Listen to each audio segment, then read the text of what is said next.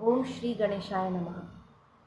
ओम तत्पुरुषाय विद्महे महादेवाय धीमहि तन्नो रुद्र प्रचोदयात्। ओम भूर्भुवः स्वः तत्सवितुर्वरेण्यं भर्गो देवस्य धीमहि। ओम श्री कालिकाय नमः। ओम क्रीं कालिकाय नमः। ओम दुम दुर्गाय नमः। ओम श्री हनुमते नमः।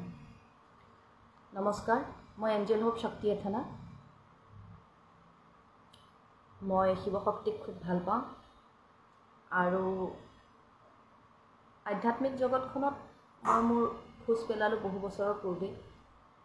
যিমানেই মই নিজে আধ্যাত্মিক জগতখনত আগবাঢ়ি গৈ আছোঁ সিমানেই মোৰ জীৱনত মই অনুভৱ কৰিছোঁ যে মাৰ যি প্ৰকৃতি, মাৰ যি এই জগতৰ সাকাৰীকৰণ মেনিফেষ্টেশ্যন, মই মাজতে ইংৰাজীৰো শব্দ কম যাতে আপোনালোকৰ বুজিবলৈ ভুল নহয়।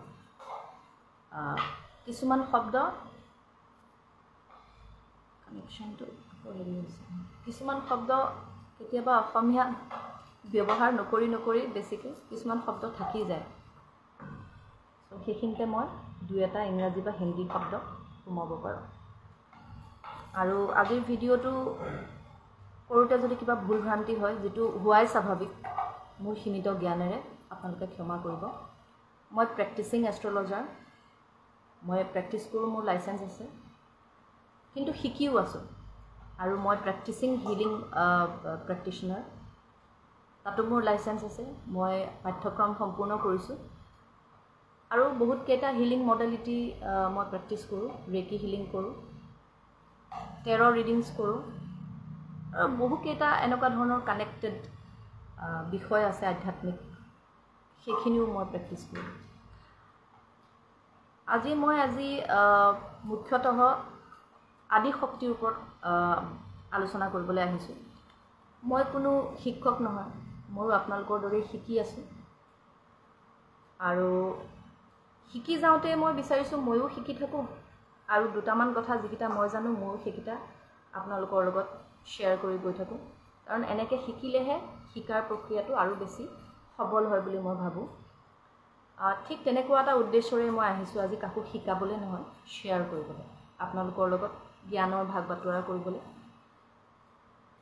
দশ মহাবিদ্যা মই আশা কৰোঁ আপোনালোক সকলোৱে জানে। আমাৰ তন্ত্ৰ শক্তিপীঠ কামাখ্যাতে আমাৰ সকলোৰে ঘৰ। মই অসমীয়াত আজি ভিডিঅ'টো বনাইছোঁ আৰু এটা ভিডিঅ' মই হিন্দীটো বনাম, কাৰণ মোৰ লগত বহুতো হিন্দীভাষী বন্ধুও আছে আৰু তেওঁলোকেও জনা উচিত, বহুতেই জানে।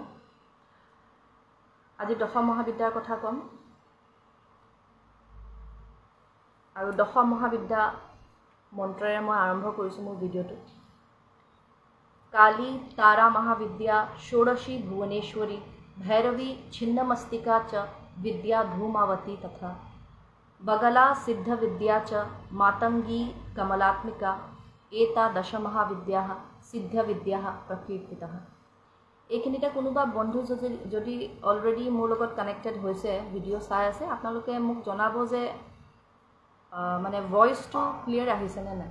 কাৰণ এনেকুৱা হ'ব নালাগে যে মই গোটেই ভিডিঅ'টো কৰিলোঁ অথচ মই গমেই নাপালোঁ বোলে মানে শব্দটো ঠিকে থাকে আছেনে নাই।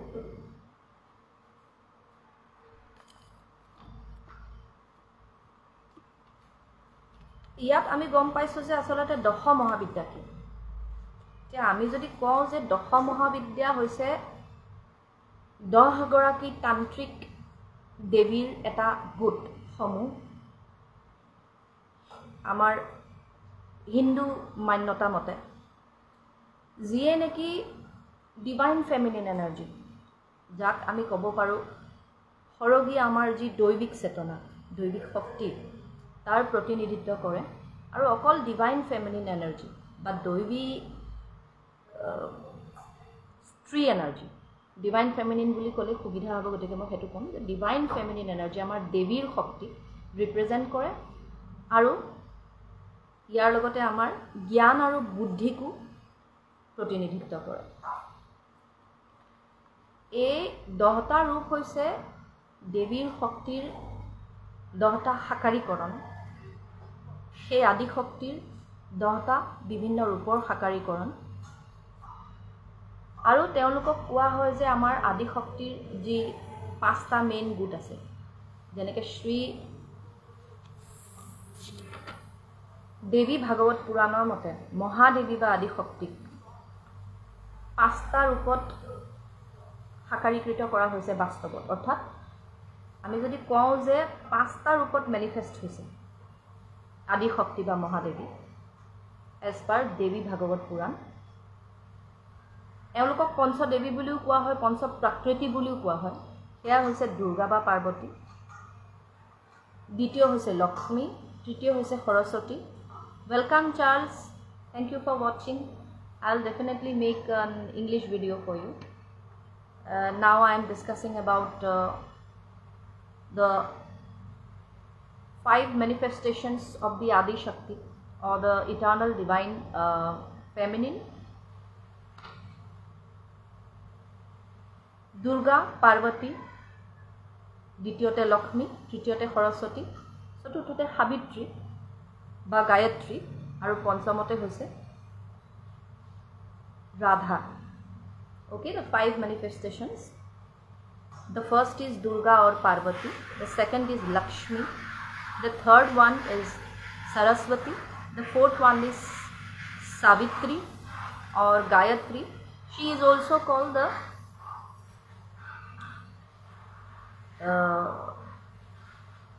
Shakti or the energy of the Savitur sun okay and the 5th form of the Adi Shakti or Mahadevi as per Devi Bhagavat Puran is Radha for your help I stated this in English so বন্ধু সকল আমি এতিয়ালৈকে গম পালো যে দুৰ্গা বা পাৰ্বতী লক্ষ্মী সৰস্বতী সাবিত্ৰী বা গায়ত্ৰী আৰু ৰাধা এই 5টা ৰূপত আদি শক্তিক বা মহাদেৱীক ভাগ কৰা হৈছে দেৱী ভাগৱত পুৰাণৰ মতে ভাগ কৰা হৈছে মানে মেনিফেষ্ট কৰিছে তেওঁলোকৰ বাস্তৱৰ সাকাৰীকৃত ৰূপ এতিয়া মই যে এতিয়া ক'লো দশ মহাবিদ্যা এই দশ মহাবিদ্যাৰ ৰূপকেইটা হৈছে আমাৰ দুৰ্গা বা পাৰ্বতী মাৰ ফিয়াৰ্ছ ৰূপৰ ভিতৰত আহে ঠিক আছে আৰু নৱদুৰ্গাৰ ফৰ্ম যেটো কথা মই নেক্সট ক'ম এই নৱদুৰ্গাৰ 9 গৰাকী ফৰ্ম আহে আমাৰ দুৰ্গা বা পাৰ্বতী মাৰ যেটো নন ফিয়াৰ্ছ বা শান্ত সৌম্য ৰূপৰ ভিতৰত আহে তেতিয়াহলে আমি এটালৈকে গম পালো যে দুটা গুট হ'ল ঠিক আছে দুৰ্গা বা পাৰ্বতী এটা মই পাৰ্বতী বুলি নকয় মই দুৰ্গা বুলি কৈছো ঠিক আছে মই পাৰ্বতী বুলি কৈ দিছো একো অসুবিধা নাই পাৰ্বতী বুলি ক'লে আপোনালোকৰ সুবিধা হ'ব সো এয়া হৈছে আদ্যা শক্তিৰ 5টা ভাগ মই আপোনালোকক ক'লো অলৰেডি যে দুৰ্গা বা পাৰ্বতী লক্ষ্মী সৰস্বতী আৰু গায়ত্ৰী আৰু ৰাধা ওকে এতিয়া আমি আহিম